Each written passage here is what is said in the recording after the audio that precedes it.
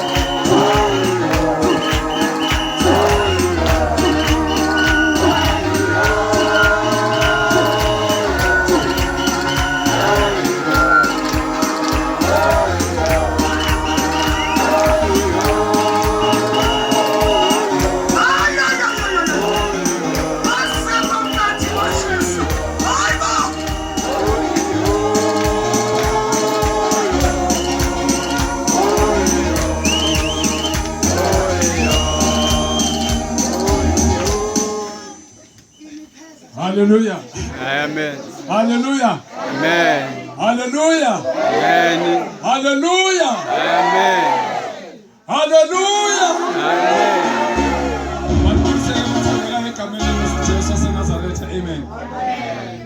Into yokuqala endithanda ukuthetha kuni ukuthi ndiyanithanda egameni lenkosi. Amen. Sashiwa nevangeli uthando uNkulunkulu. Hallelujah. Wathi bazalwane into ekufuneka nizile ukuthi nithandane. Hallelujah. Uyabona ke uthando kufuneka libonakele bazalwane.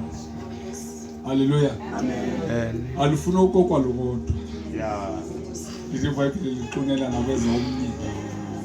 Luthando lukaThixo olungasenzisiyo. Hallelujah. Amen.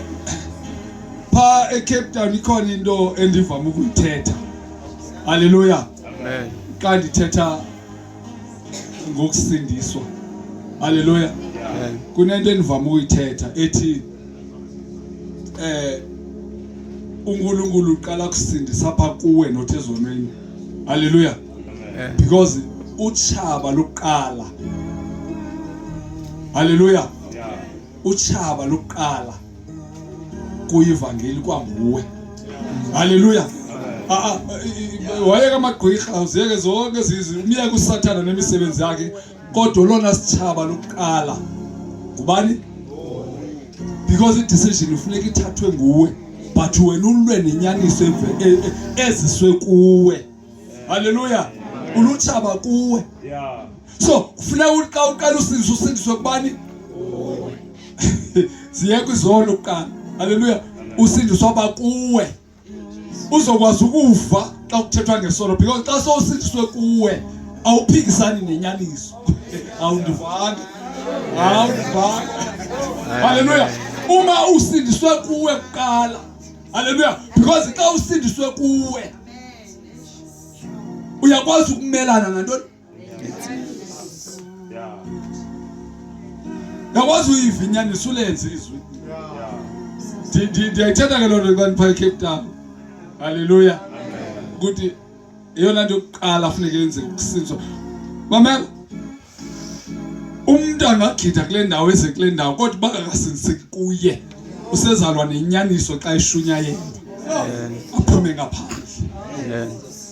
Haleluya.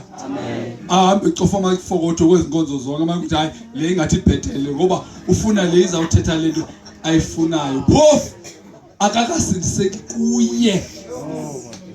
Haleluya. Hayi man ayivakali ne? Iyavakala bazalwane.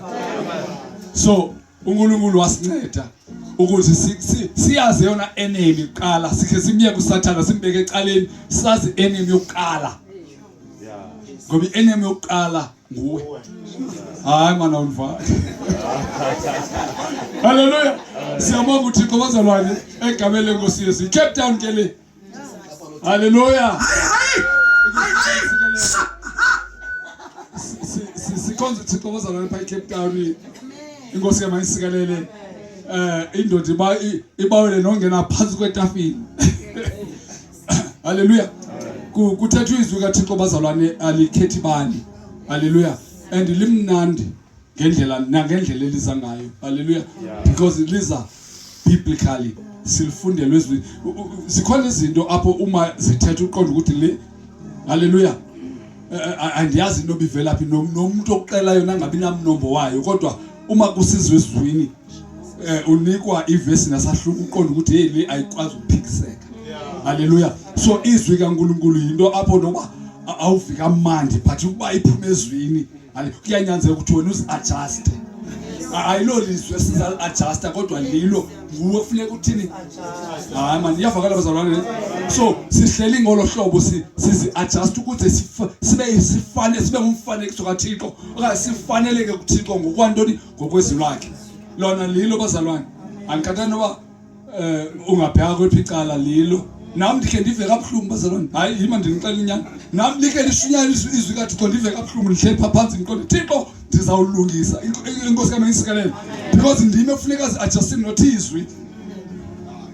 Hayi bazalwane ayivakali into ndithele. Ayivakane. Ndime kufuneka sithini as-adjust ngenxa yantoni? Haleluya. Asizo adjust izwi ukuze silungiselele. Siyavana ne? Lona lihleli lithi iBhayibheli izwi kaNkulunkulu aliguquguquki. Ibinguye izolo nguye namhlanje isenguye kuze kube phakade. So wena kufuneka ushintshile. Haleluya. Ukuze uzonqamana nantoni? Ngoba lona likwazi uphinda liguquguquke but when you have a chance. Haleluya. Inkosi kamayisikelele. So siyabonga bazalwane sibonga uNkulunkulu osizile. Sisekhona eCape Town akuthiwa zikho izinto eCape Town zikhona. Hayi zikhona izinto eCape Town ziningi. Hayi ziningi dad. Ziningi izinto ezenzeka eCape Town. Ziningi into besinozenza eCape Town. Sifihlakale yabo silapha eMonti kodwa sisagcine uThixo silapha. Inkosi kamayisikelele. So ndiyambonga uThixo Cape Town yonke. Haleluya. Ikhona okuninzi ngoba imvilo uThixo egameni lenkosi Yesu.